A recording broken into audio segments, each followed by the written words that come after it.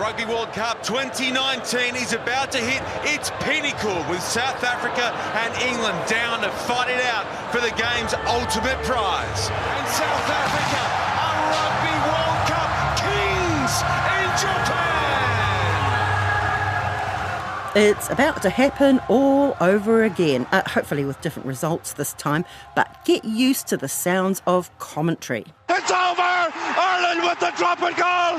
It's gone between the posts! Up over halfway he goes. Oh! What about the tackle from Brian Lima? He drops for World Cup glory! Yes! It's over! He's done it! Johnny Wilkinson! Wide to Lamu. He's got the bounce. He's handed off his opposite. Lamu! The 2023 Rugby World Cup is beaming in, streaming out and broadcasting to a device near you starting tomorrow. I'm Alexia Russell, and today on The Detail, I'm talking to three sports commentators about the art of game calling. Mitch Hunt with a drop goal. Mitch Hunt with a drop goal. Mitch Hunt! He's got it! Unbelievable!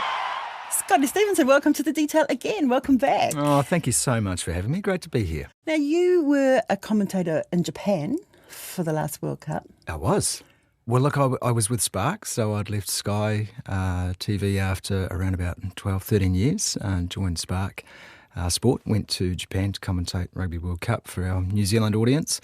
I've been with Spark for the last few years, and with Spark folding. It's game over for Spark Sport. The streaming service is set to close and its remaining content rights worth more than $50 million will go to TVNZ. Quite fortunately for me, I've been able to take up a full-time role back at TVNZ, so I'm happy to be there, and that will involve a lot of cricket commentary over summer and some other sports as well. So we've already done some rugby this year and some hockey too.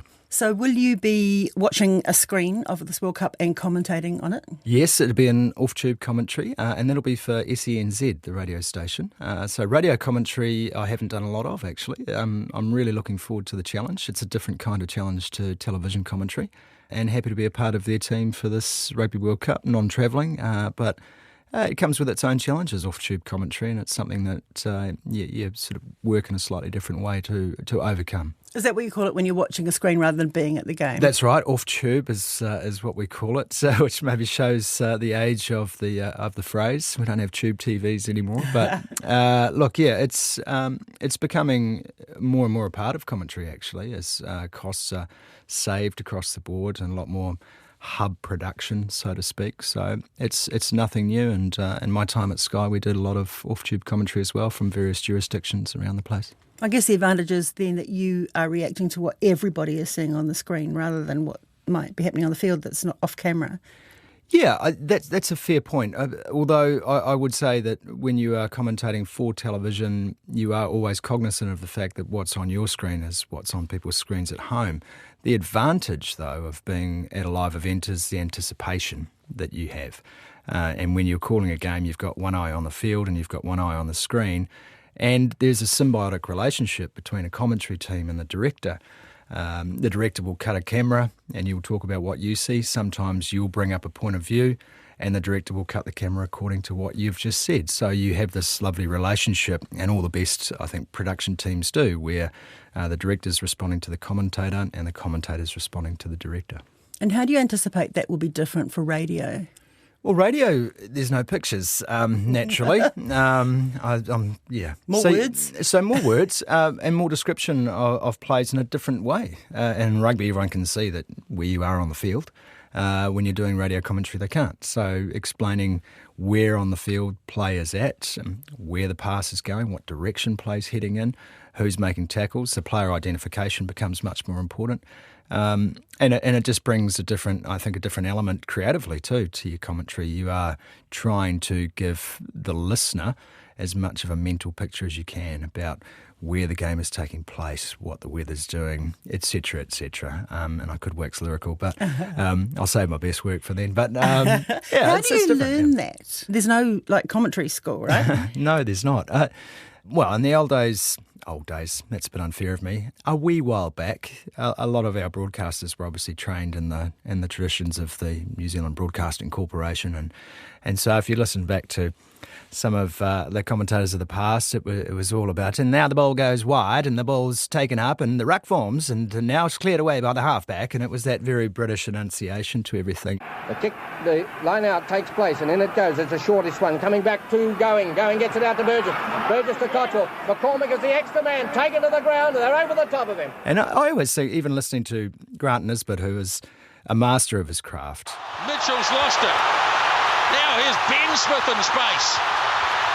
Bowden Barrett's got a heap of pace.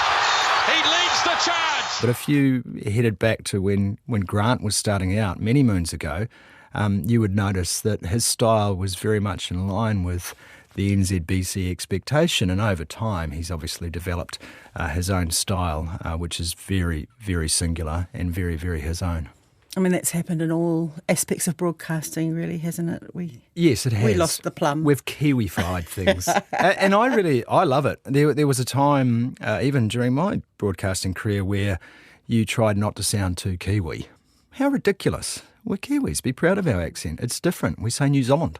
Just say it and go with it. It's great. Well, also different about New Zealand sport is that there's a high degree of Māori and Pacifica names. Yes. And you've been fairly instrumental in making sure you get those right. Well, that's very kind of you to say. I would like to think that I focused on that and that I helped to drive some change in that department. I really believed, especially when it comes to Māori and Pacifica names, that those family names carry a lot. They carry ancestors, they carry traditions, they carry the culture. And I remember when I was first starting out with Sky a long time ago, there was a player, Junior Poluleulingaga, who was a halfback for Auckland and the Blues. And his name had just been arbitrarily shortened to Junior Polu. And I remember having a discussion with him. I said, why doesn't anyone say your full name? He said, it's just easy to say Polu. And I still, to this day, I'm very proud of the fact that I did. I just always called him Junior Poluleulingaga, as much as it was a tongue twister at the time. A tongue twister too far for South Africa's Hugh Bladen, calling this Barbarians game. On that far side, Polu is up there, and it's Junior Poluleulingaga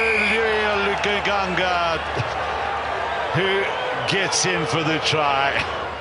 Since that date, Alexia, you've commentated games like Georgia-Romania at Rugby World Cup in 2011, and I remember saying to my dad at the time, I was the youngest commentator in Sky's crew at that stage, and I said, I suppose this is where I'm at in the pecking order. I've got Georgia-Romania, the last pool game of the Rugby World Cup on a Tuesday night in Palmerston North, and he looked at me and said, you could look at it that way, son, or you could look at it as you're the only guy who could pull this off. And I thought, yeah, actually that's a fair point. I clearly just put Villy on the end of one team's names and Ski on the end of the other and made up the rest of the syllables.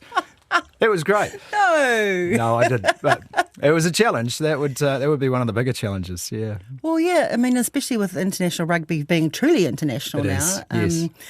How much effort do you put into studying those team lists and anticipating who's going to be the big players and making sure you get those right, even though their families will not be listening to you? Well, their families will be. Or possibly not when you're talking about the language barriers. But, we've been in host broadcaster roles before. So that feed coming out of New Zealand in 2011 was the world feed. You are aware of it, and so you do make the effort. No one likes their name mispronounced. And sometimes we all get it wrong, not through design, but through mistake. But you do spend an awful amount of time going through the team lists, trying to understand the players, almost like memorising the cards. And if in doubt, ask. We've just covered. Who do you ask?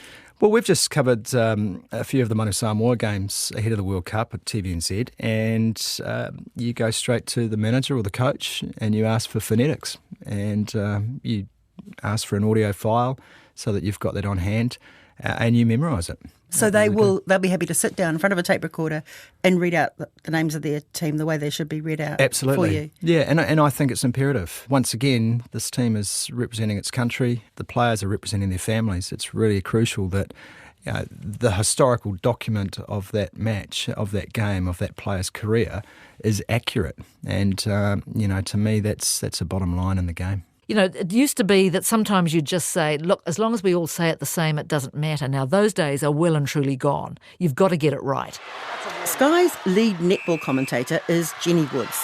Taurua, on her feet, Rory, what a moment. How did this long-time radio journalist manage to get a job travelling the world following the team she's passionate about? Well, luck. Being in the right place at the right time, really, because as far as my radio career is concerned, nothing's changed. I've just continued being, a breakfast sub at News Talk ZB. But about 15 years ago, when TV1 lost the contract for netball, Sky picked it up, and Andrea McVeigh was working at Sky, but she had worked with me at ZB earlier, knew I knew the game and knew that, I could string a sentence together. And so she got me in for an audition, and it was just, it was mates, knowing, how radio works, knowing who you know and what you not know and all that sort of thing. And I thought, oh, well, look, I'll give it a go. And I thought it might last a year or two, but I'm still there. And I just keep waiting for the call not to come. But, thankfully, I'm very grateful because it's a joy. Jenny, like Scotty, says when you're calling a game, it helps to have played that sport.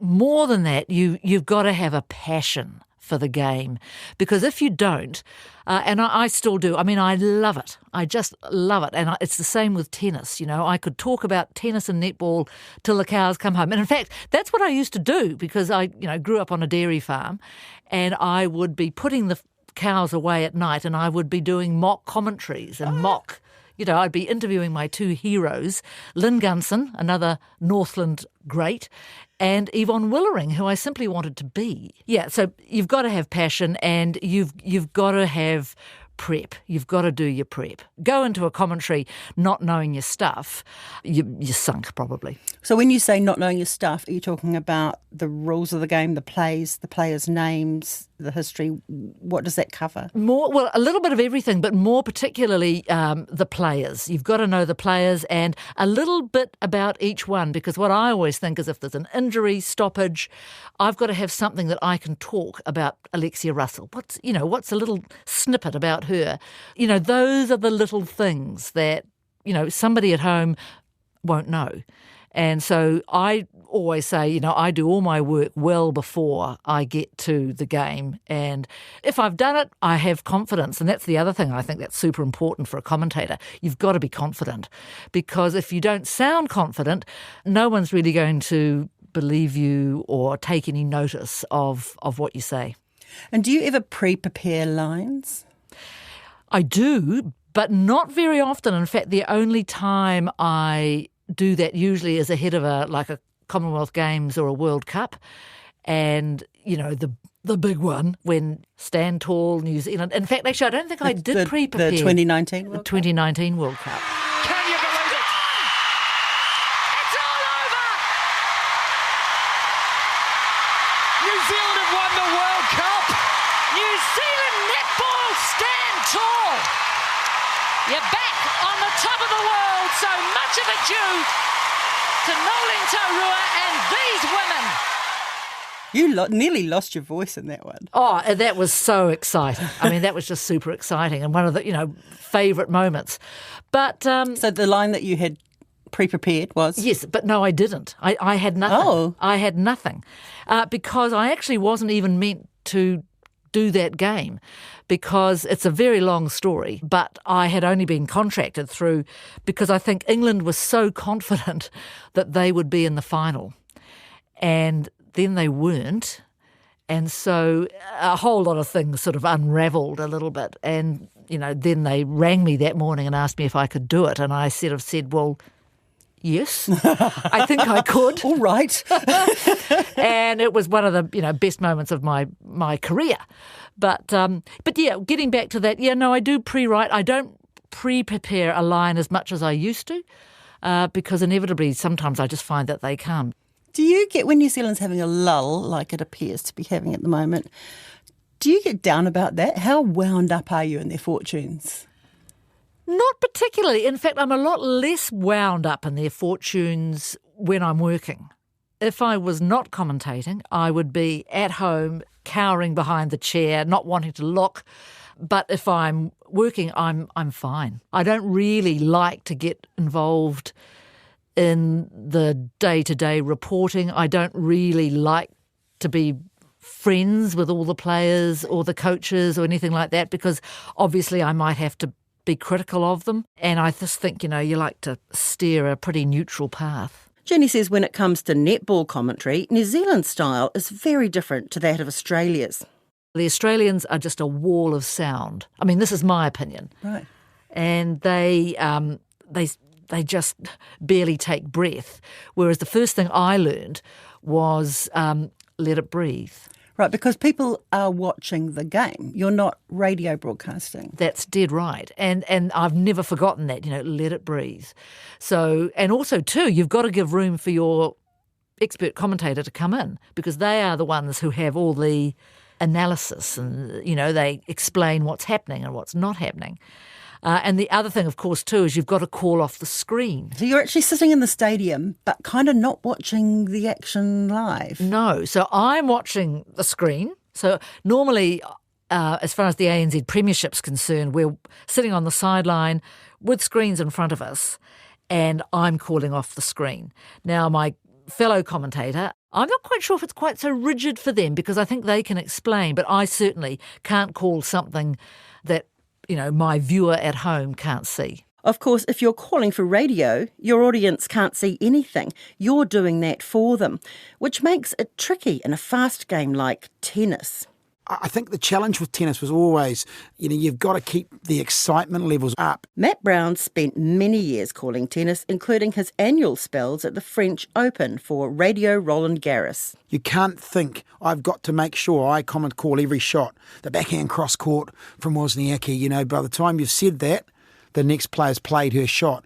So it's really important not to get too head up on whether you get a backhand or a forehand or maybe, but it's got to sound good, you've got to be clear, and you've got to paint that picture. It's a real key commentary. I think just generally in sports commentary, sometimes commentators, if you do make a little mistake, because people on when you're listening on the radio, it is different. They're not seeing the action. Although I don't mind dropping him. I know my dad used to turn the TV sound on and try and synchronise the radio to listen to me, and I don't think anyone else did that. But yeah, it is very important to get the flow going, and in tennis it's not easy because it is a very, very fast sport. You played tennis, didn't you? Mm-hmm. Yeah, I did. I played to a reasonable level with juniors. I represented Hawke's Bay in juniors, and pretty much once I got to university, I kind of gave it away from a serious side of it, but I have a good understanding, I think, of the game, and also was fortunate enough to go to Grand Slams, different Grand Slams. I've covered all the 4 Grand Slams in my career covering tennis, and so I had a good understanding of the sport, and I think having that is important, and it's important from a credibility point of view. It stops you maybe saying in that moment where maybe there's a rain delay and you're padding or there's some sort of delay and you're just padding and you come up with something. When you've got that knowledge, it's easy to do, as opposed to making a fool of yourself by saying something that maybe you're not quite fully aware of. Now, here's a twist on the importance of getting names right. In tennis, it's all go during the point once the serve is sent down.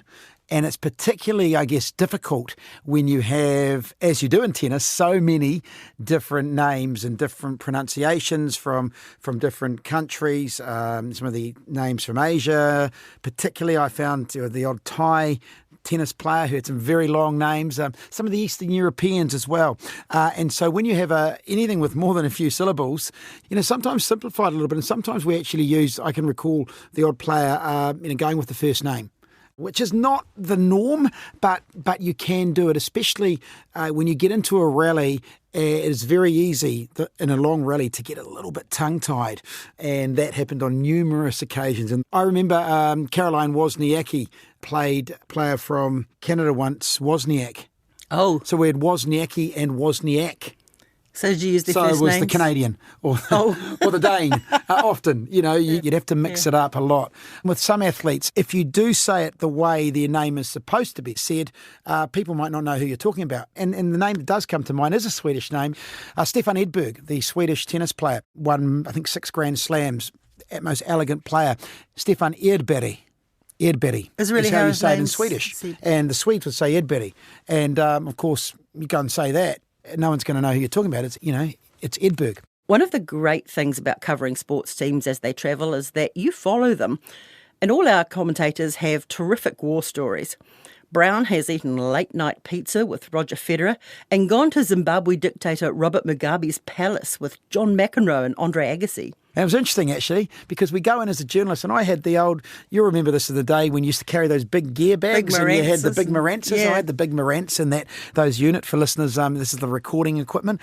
And we weren't actually searched. And I sat there about 40 metres, 50 metres away from Mugabe, who was saying something in the front. I thought, goodness gracious, imagine if, terrible to think, even thought this, but God, I could have had a gun in there and there was no security. It was really weird. Scotty Stevenson's favourite story involves his first Ranfurly Shield game when he knocked on the dressing room door of the Wairarapa Bush side. And I said, look, excuse me, I'm Sumo, I'm commentating the game today, just can I ask a question? Some gnarly old Wairarapa Bush player looked at me and goes, yeah. And I said, just want to know where the party is if you guys win the Ranfurly Shield today. And he pointed to a wiry kid in the corner and he said, it's at his house. And I looked and I said, oh, why is it at your house? And he said, I'm on home detention and I have to be home straight after the game. And I thought, that is beautiful. That is a true story. And I could see why, because he was very fast. He scored their only try that day. And I don't know if he was wearing one or not, but if he was, he will go down in history as the only player to score a Ranfurly Shield try while wearing an ankle bracelet. So there you go. Scotty doesn't often pre-prepare lines, but the one time he did, it really paid off. Mama Vaipulu was a loose forward for Counties Manukau. It was a national provincial championship game against Manawatu. And Mama Vaipulu came out of the line and he absolutely destroyed a bloke in a tackle. And I had thought about this moment for years, if something like that happened. And I said, Mama just killed a man. And... And I had Craig Dowd next to me, the former All Black, in the commentary box, and Willie Losay, the great Willie Losay, what a lovely man. He was sidelined, and the pair of them just lost the plot. They couldn't speak, and I couldn't say anything after that. You just had to leave it hanging in the air, and I thought, oh my goodness, what were the chances of that actually ever coming off? These moments, they happen, and part of the art, I think, of commentary, from my point of view, and everyone's different, is being brave enough and creative enough to come up with something in that moment. There's famous lines in commentary. I couldn't claim to own any of them, but I remember being very nervous during the America's Cup here in Auckland, and I had the privilege Is this the Pete Montgomery shadow? Well, yeah, it's a long shadow, and you couldn't copy that line.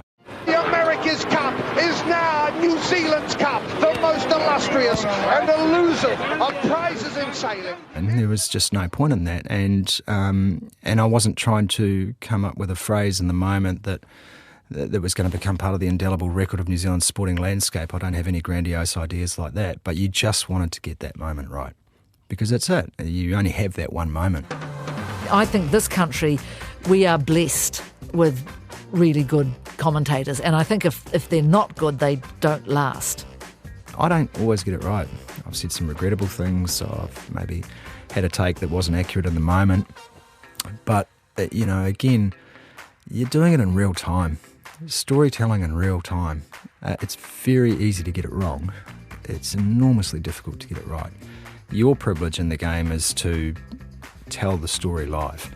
And it's the story of others. And you should always be cognizant of that, I think, because it's not your story.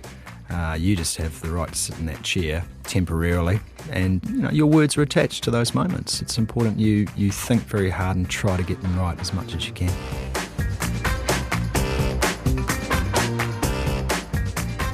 As for picking a winner from this year's Rugby World Cup, Scotty's going for South Africa, Matt backs France, and Jenny Ireland, but only because she has them in the office sweepstake. That's it for today. I'm Alexia Russell. The details supported by the Public Interest Journalism Fund. Today's episode was engineered by William Saunders and produced by Bonnie Harrison. Ka kite.